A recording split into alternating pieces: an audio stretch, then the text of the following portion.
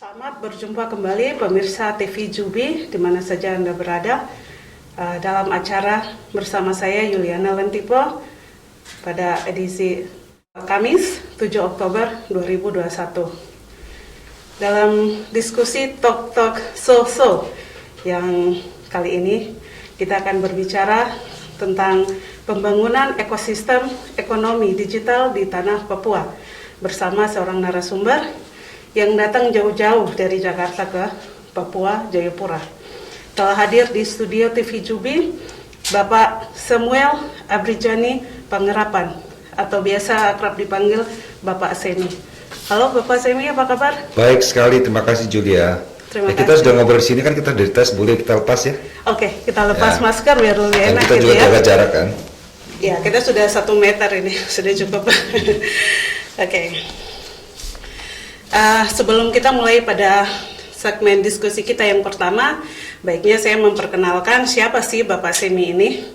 Bapak Semi atau Samuel Abrijani Pangerapan saat ini menjabat sebagai Direktur Jenderal Aplikasi Informatika di Kementerian Komunikasi dan Informatika. Sebelumnya beliau merupakan Ketua Umum Asosiasi Penyelenggara Jasa Internet Indonesia atau APJI. Baik Bapak, kita langsung masuk pada diskusi kita di segmen yang pertama. Kita akan berbicara tentang apa itu ekonomi digital.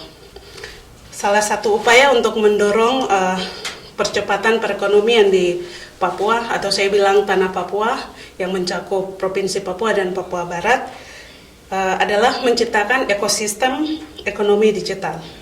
Tapi kita biasa juga dengar atau istilah tentang ekonomi digital ini sebenarnya belum terlalu familiar sebenarnya di masyarakat Papua.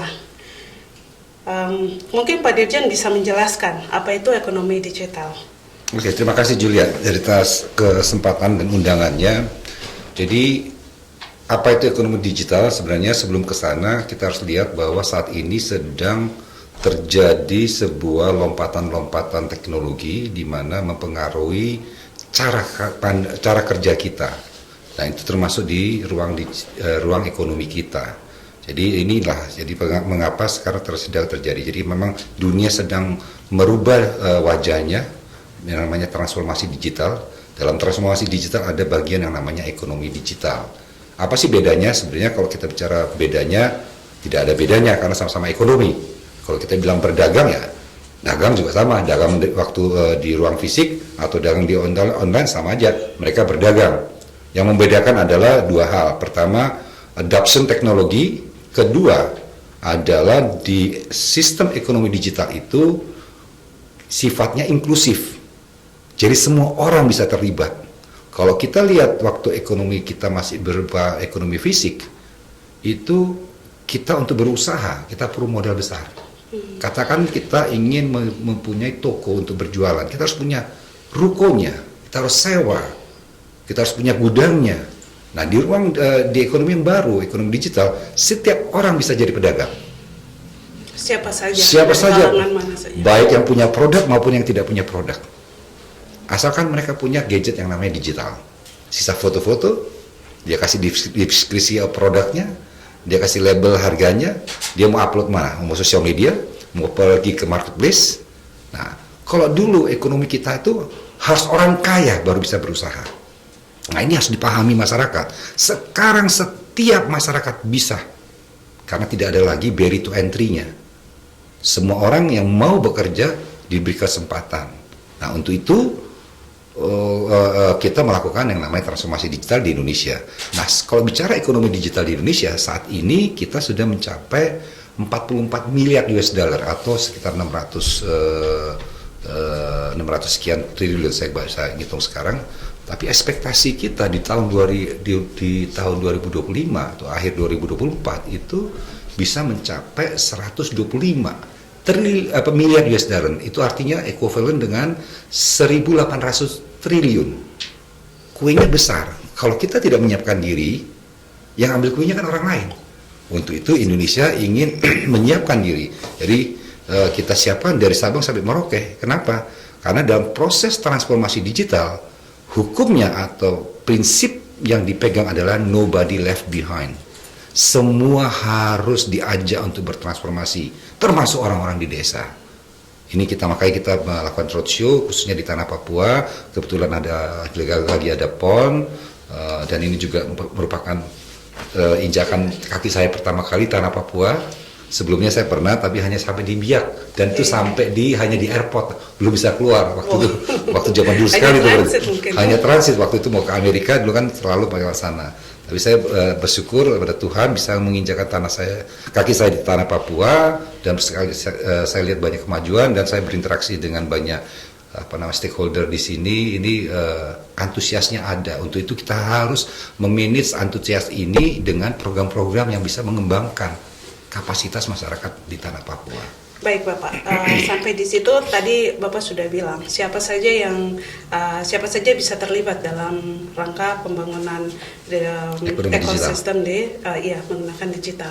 Sementara kita juga mungkin Bapak juga tahu di Papua ini sangat luas, dan soal fasilitas yang mendukung untuk digitalisasi itu sendiri mungkin bisa dibilang masih sangat terbatas untuk fasilitas pendukungnya.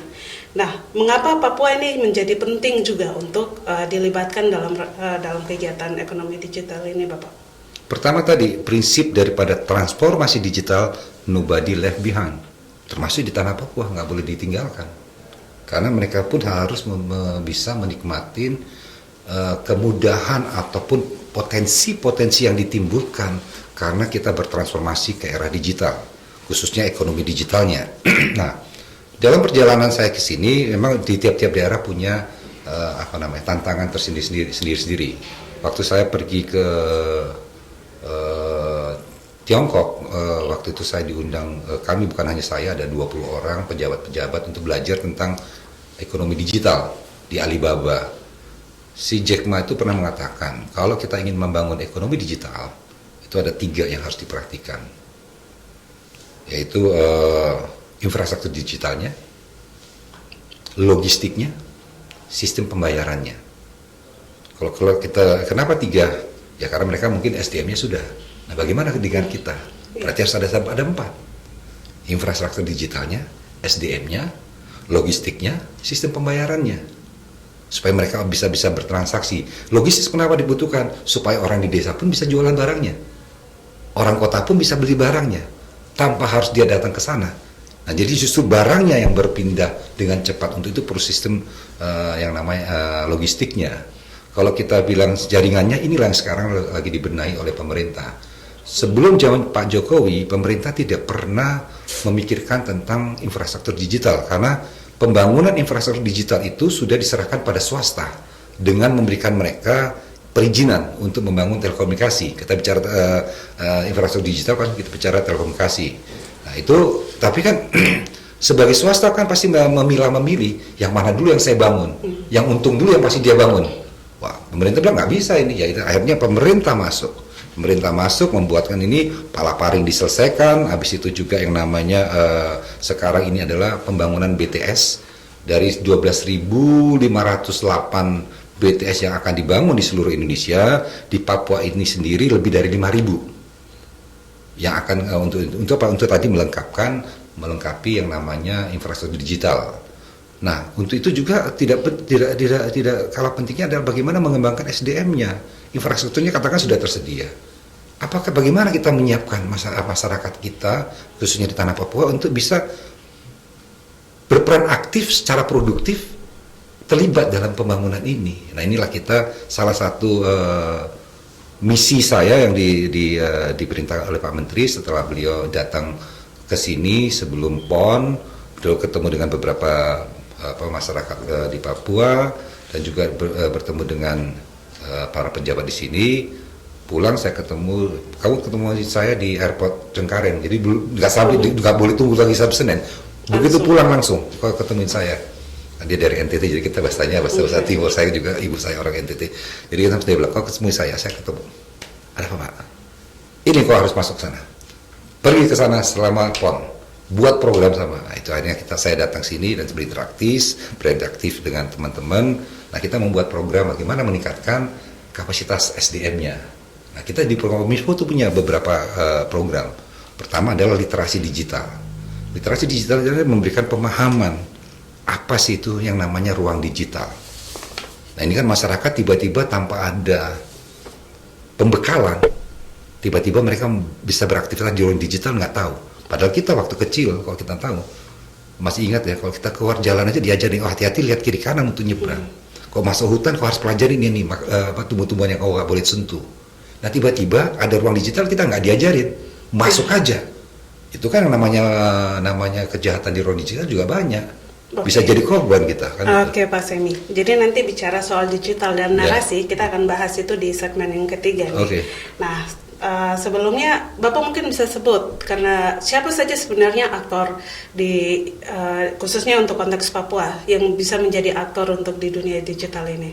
Apakah penjual atau petani kopi itu juga bisa termasuk, atau mereka yang berkebun di daerah di luar kota seperti Jayapura ya, di wilayah pegunungan seperti di Lapago, Mepago, apakah mereka juga bisa masuk, atau siapa sebenarnya aktor-aktor itu? Aktornya bisa siapa saja ini, jadi kan ada seperti aktor digitalnya, aktor yang produsen kan belum tentu digital kan dia, selain yang disebutkan para petani kopi, pengrajin, itu bisa kita ajarin mereka bagaimana sih bisa menjual produknya secara online, bagaimana sih produk kita itu bisa dikenal secara online. Nah itu pelatihan untuk mereka. Nanti kita bawa yang namanya para pemain digitalnya untuk memberikan pelatihan. Jadi kan tadi kan dia bilang ekonomi digital inklusif, semua boleh terlibat. Ya termasuk punya keahlian sendiri-sendiri kan. Jadi itu memang ekonomi digital. Satu lagi yang belum saya sebutkan tadi adalah sharing ekonomi. Kalau dulu orang maunya saya sendiri aja, semua saya mau kerjain sendiri. Sekarang enggak. Oh, kau punya apa, saya punya apa, ayo kita kerja bareng, nah kita bagi. Jadi memang itu konsep ekonominya juga bukan lagi competition, jadi cooperation. Jadi kita berkolaborasi untuk mendapatkan keuntungan bersama. Nah itu bedanya dengan ekonomi yang lainnya. Baik, terima kasih Bapak Semi. Untuk segmen pertama, pemirsa kita cukupkan di sini. Kita akan break beberapa menit dan kita akan kembali lagi.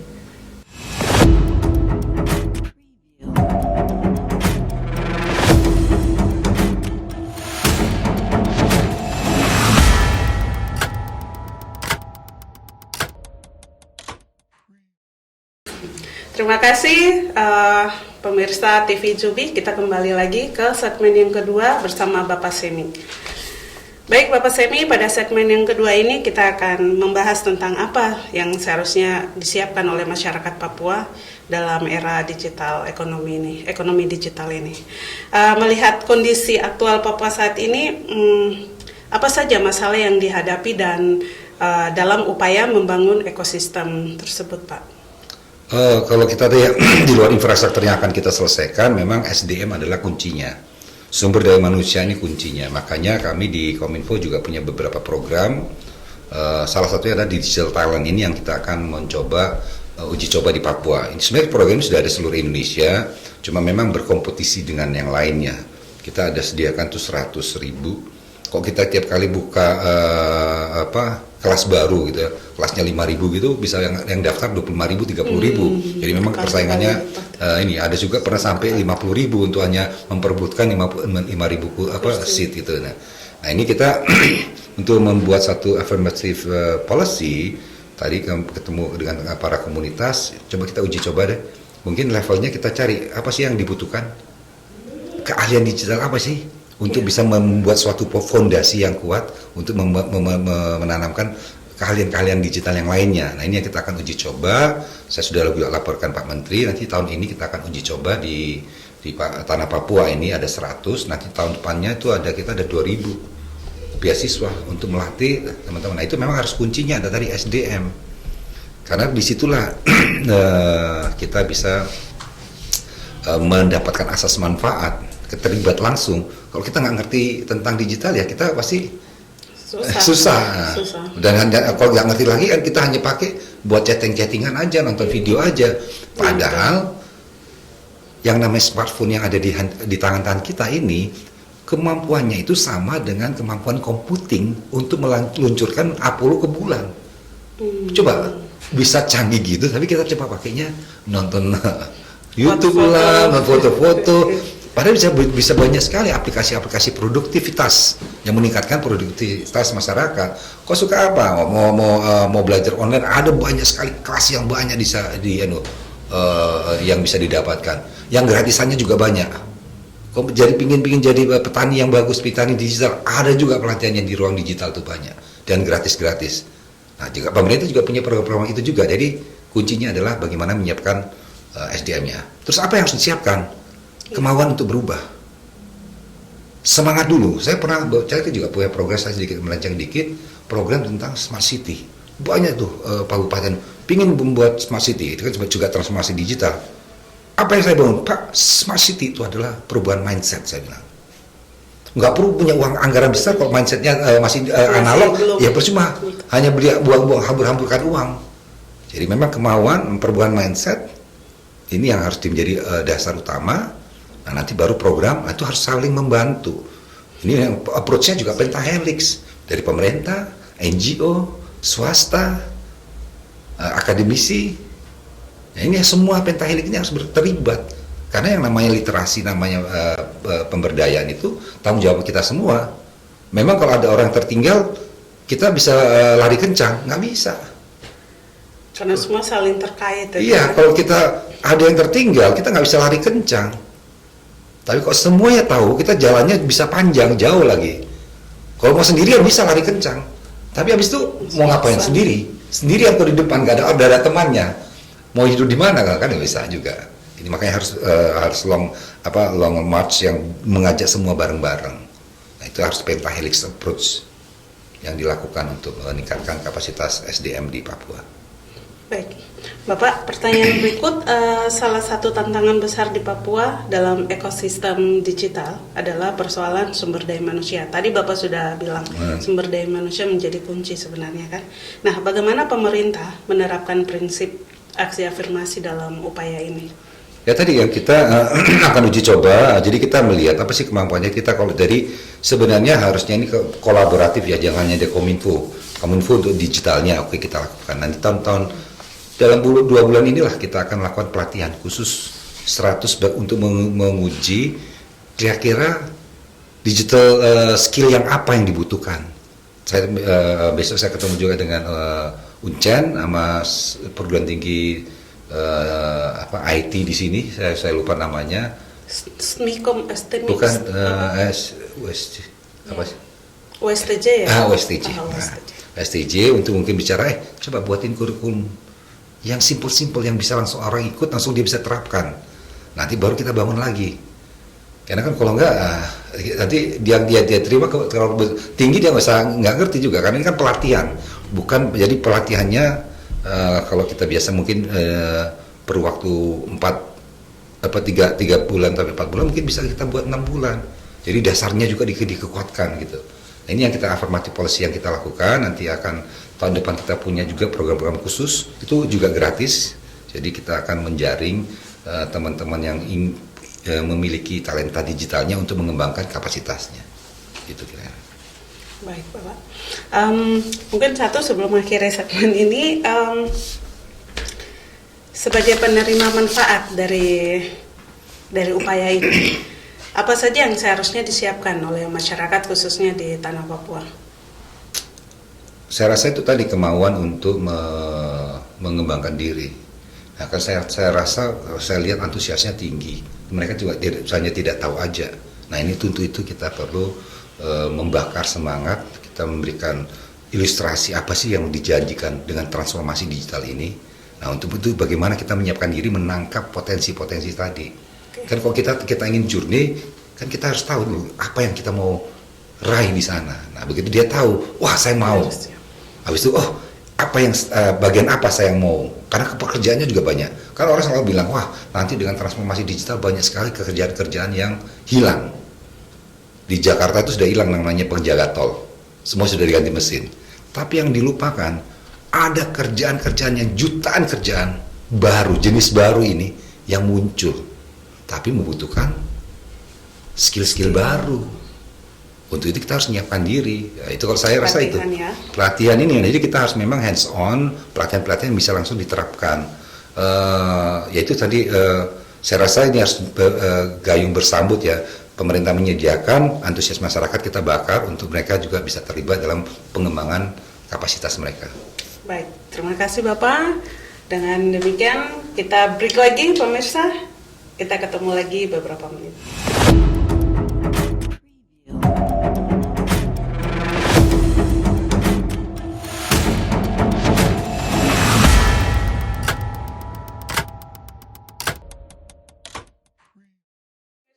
Terima kasih Anda masih bersama kami TV Cubi. Kita lanjutkan diskusi kita pada sesi yang ketiga. Pak Semi, mungkin Anda bisa menceritakan tentang terobosan-terobosan apa saja yang sudah dan sedang dilakukan oleh pemerintah saat ini ya terkait dengan pembangunan ekosistem ekonomi digital di Papua. Kita sudah ada programnya juga namanya 1000 Startup. Saya kemarin juga ketemu dengan komunitas startup, ada beberapa anak Papua. Dia pendidikannya juga bagus dan dari luar dia ingin mengembangkan startup di Papua. Ini yang saya lihat, ini yang harus kita dorong. Nah, kita programnya sudah bergulir. Ini sekarang kan kita ada program 1000 Startup itu ada 6 tahapan. Pertama namanya Ignition itu untuk membakar semangat masyarakat untuk mau bekerja sebagai wirausahawan digital. Jadi jangan kerja ke pemerintah atau ke perusahaan tapi buat sendiri. Kita ajarin itu namanya Ignition untuk memberikan inspirasi. Setelah itu kita ada program namanya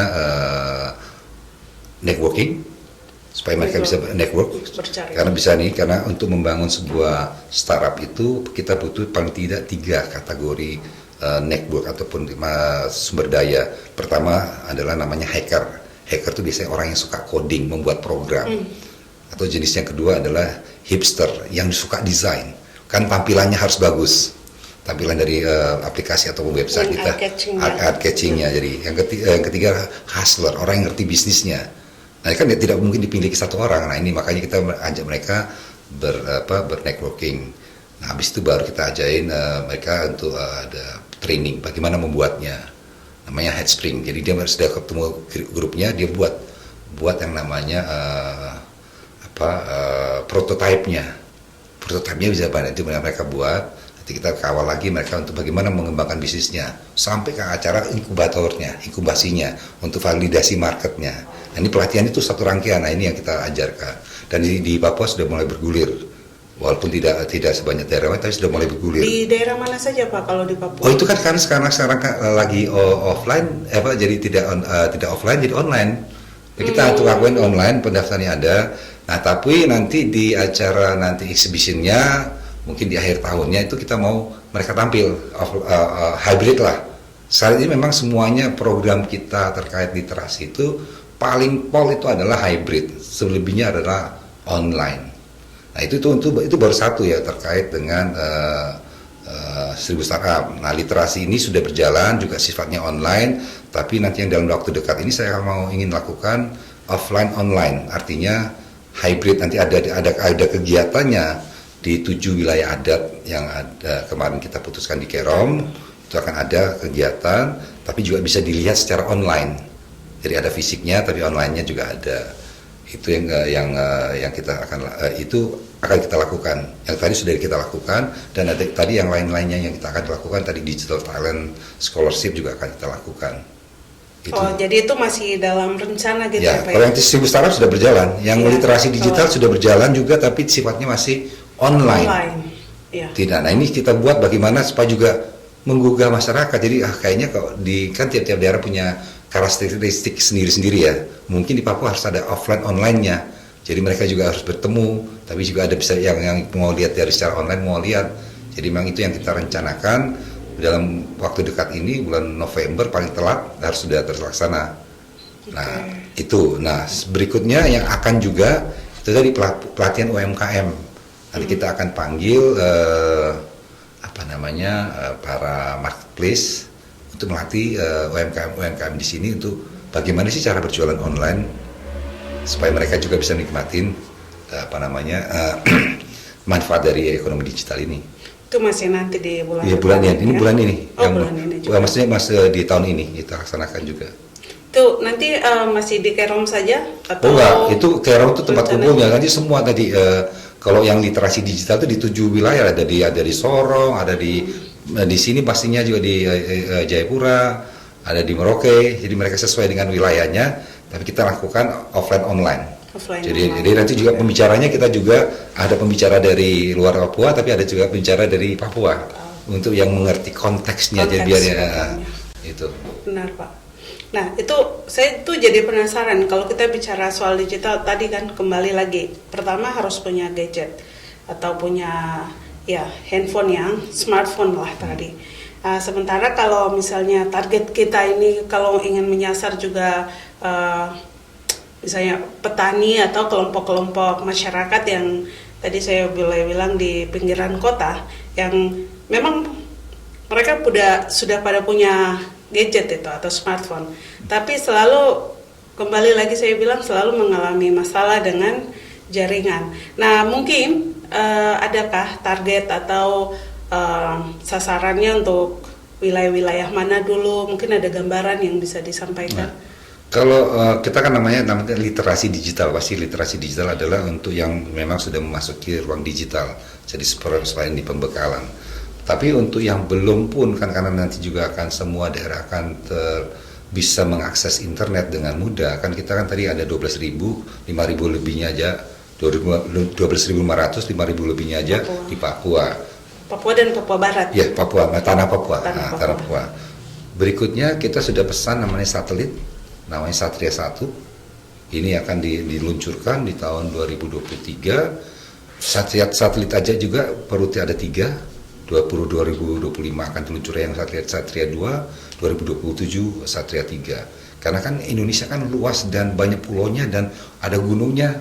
Kalau kita pasang BTS belum tentu semuanya bisa terpasang, tapi kalau BTS-nya dipasang di angkasa, dia bisa kasih signal dari angkasa. Itu harapannya supaya nanti seluruh di Indonesia ini bisa menikmati jangkauan internet dan dimanapun mereka berada. Jadi dia pokoknya ada signalnya dia bisa pakai gitu. Baik Bapak, terima kasih. Masih satu pertanyaan lagi Pak. Boleh. Narasi dan literasi digital adalah dua hal penting dalam mempersiapkan masyarakat ini ya menghadapi dampak digitalisasi, sekaligus mengubah cara pandang dan kultur kerja masyarakat. Apakah Anda melihat dua hal ini sudah mulai terbangun di Papua? Nah ini yang jadi ada dua. Jadi memang literasi tadi menyiapkan kita agar kita siap untuk memasuki era baru, era digital. Karena di era baru ini realita manusia bukan saja ruang fisik tapi ruang digital. Jadi kalau pernah ketinggalan HP, pasti bingung kan. Bukan takut pasangannya mau cari-cari tahu itu kepo-kepo itu, tidak. Karena ada realitas kita yang terputuskan. Manusia begitu dia diputuskan dengan realitasnya, dia pasti akan gamang. Makanya dia pasti pulang. Nah, itu tadi tentang ini, makanya mereka harus mengetahui apa itu orang digital. Pengetahuan pertama adalah kesadaran apa yang kau harus miliki. Kalau di kesadaran ruang fisik kan kita sudah diajarin. Kalau di tinggi-tinggi bisa jatuh ada gravitasi. Kalau tidak bisa bergerak kau bisa tenggelam. Kalau ada jalan itu ada bisa masuk terprosok. Itu sudah kita diajarkan dari kecil. Nah, kalau di ruang digital bagaimana? Tahu nggak kita bahwa ruang digital itu adalah ruang kaca yang ada bedaknya, kemanapun kita melangkah kita ketahuan. Makanya itu nanti kita akan siapkan namanya pelindungan data pribadi. Karena ruang kaca semua orang bisa lihat. Tapi siapapun yang bisa lihat nggak boleh menggunakan data kita sembarangan. Itulah kenapa kita lagi menyiapkan undang-undang pelindungan data pribadi. Itu kan orang belum tahu kesadaran itu. Benar. Tahu nggak bahwa apa yang kita posting di ruang digital itu hampir tidak bisa dihapus, kecuali kita katakan kita hapus dari timeline kita. Tapi jejaknya tetap tertinggal. Kan ada orang yang sudah capture. Ya. Dia capture lagi dia posting di tempat lain. Nah itu dia. Nah ini kalau dia tahu, wah pasti dia akan berhati-hati. Tahu nggak kita bahwa Facebook kita itu adalah autobiografi kita. Kalau kita mau nulis autobiografi kita, tulisan apa yang kita mau? Yang akan dibaca anak cucu kita. Tidak bisa pernah dihapus. Yang namanya Facebook, kecuali kita sebelum kita meninggal kita minta dihapus.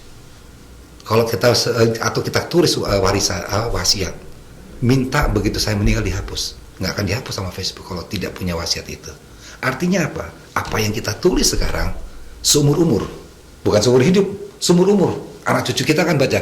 Kalau kita tahu kesadaran itu, apa yang kita ingin sajikan? Inspirasi apa yang kita ingin sajikan pada keturunan kita? Karya-karya apa yang kita ini? Kan kita, wah ini ternyata nenek saya ini tukang ngomel nih.